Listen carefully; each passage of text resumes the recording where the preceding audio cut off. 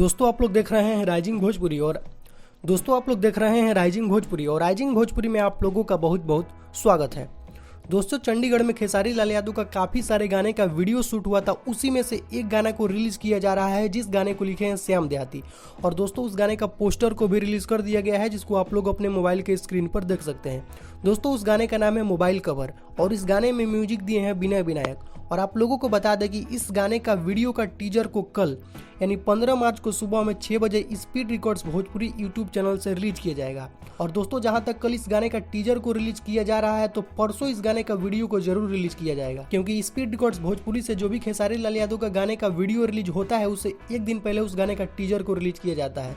तो दोस्तों आप लोग कितना ज़्यादा एक्साइटेड हैं इस गाने को देखने के लिए, सुनने के लिए, कॉमेंट सेक्शन में जरूर बताएं।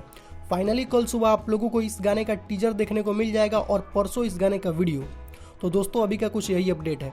वीडियो पसंद आया हो तो वीडियो को लाइक कीजिए, चैनल पर आए हो तो चैनल को सब्सक्राइब करके बेल आइकन को प्रेस करके नोटिफिकेशन को ऑल कर लें।